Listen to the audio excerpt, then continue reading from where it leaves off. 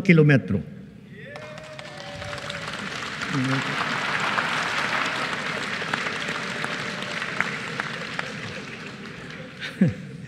Ang rehabilitasyon ng tulay ng Guadalupe ay sukdulan ng ring kinakailangan.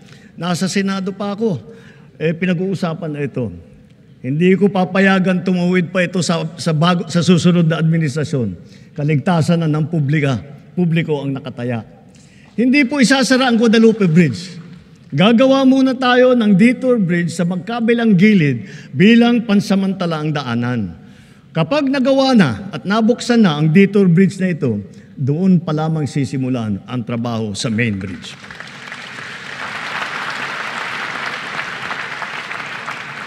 At sa kabila ng mga higanteng tulay na ito, huwag natin kaliligtaan ang mga hanging bridge sa iba't ibang lugar sa ating bansa. Mahalaga ang mga ito sa pang-araw-araw na buhay ng publiko, lalo na yung mga guro at ang ating mga estudyante. Ilan ang nababalitaan kong insidente na pagbagsak ng mga tulay na ganito. Halimbawa, yung nangyari sa Midsalip, Zamboanga del Sur at sa iba pang mga lugar. Kawawa naman ang mga kababayan natin walang kamalay-malay na nabiktima at nasasaktan. Na pawang mga batang mag-aaral at kanilang mga guro. Sa DILG, DPWH at OPAPRO, buntahan ninyong lahat ng mga ito at suriing mabuti ang kondisyon.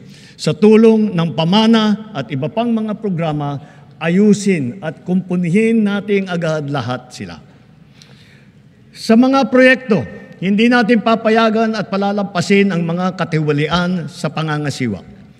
Ang kapalpakan sa pagdisenyo at sa pagkakagawa, ang mababang kalidad at marupok na materyales, ang pagkaantala ng proyekto, at ang kapabayaan sa tamang pagmentina at pagkumpuni. Halimbawa, sa Kabagan, Santa Maria Bridge na sa Isabela, sinimulan noong 2014, ginastusan ng taong bayan ng 1 bilyon.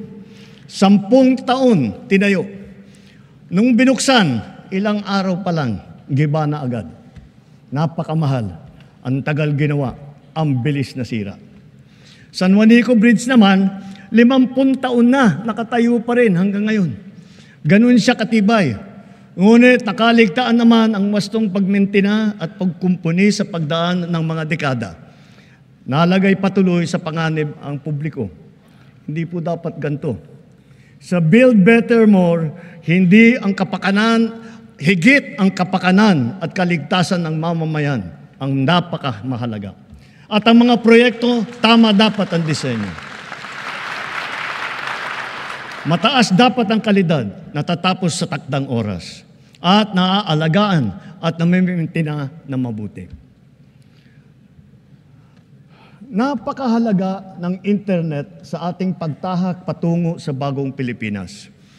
Kaya nitong padaliin at baguhin ang pamumuhay ng ating mga mamamayan. Hindi lang ito para sa may kaya o para lamang sa mga bata. Ito ay kailangan na ng lahat. Natapos na ang Phase 1, 2 at saka 3 ng ating National Fiber Backbone Project na magpapalakas at magpapabilis sa ating internet. Kasabay nito, patuloy pa natin pinalalawig ang libreng Wi-Fi sa buong bansa.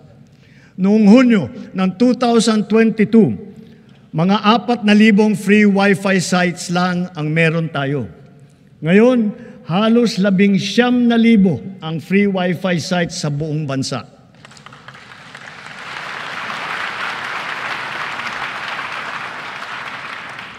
Ngayong taon din, nagsimula na tayong mambigay ng mahigit 1 milyon na SIM card na may libreng data para sa ating mga eskwelahan, lalo na sa mga nasa liblib na puok.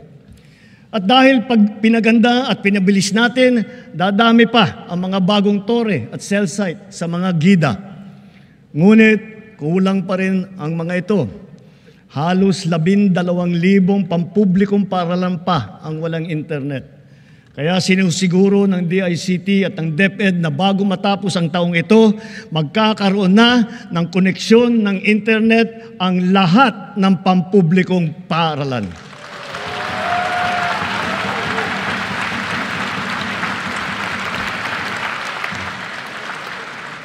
Mula nang inilunsad ito noong 2023, ang e-Gov app ay nagana, nagagamit at napapakinabangan ng ating taong bayan. Patuloy pang dumarami ang serbisyo tiyak na praktikal sa bawat Pilipino. Ngayon, mahigit 40 serbisyo ng pamahalaan kasama ng mga LGU ang nasa e-Gov app. Gamit ng app, maaari nang gawin at ayusin ang sari-saring mga serbisyo at proseso ng pamahalaan na dati ay pinipilahan pa natin ng ura-urada.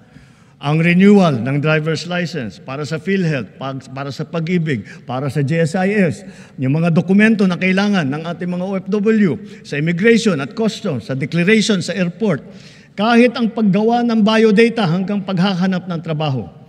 Mga government ID natin, kasama ng national ID at marami pang iba. Hindi magtatagal, magkakaroon na rin para sa NBI clearance, beep card para sa MRT at saka LRT, at e-TIN na galing naman sa BIR. Kaya i-download nyo na po ang e-Gov app. Sa pinagsama-samang serbisyo sa isang mobile app, ang pamahalaan ay talagang mas malapit na at nasa inyo ng mga kamay.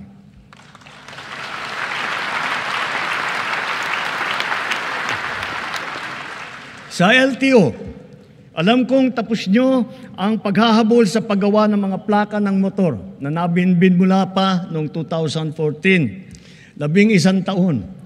Mula ngayon, gawin ninyo ang lahat na makakaya upang hindi na uli magkaroon ng backlog sa plaka. Dahil kailangan bumawi sa publiko, tiyakin din ninyo na may lalabas na ang rehistro at ang plaka ng bagong sasakyan sa loob ng naipangako ninyong 3 araw.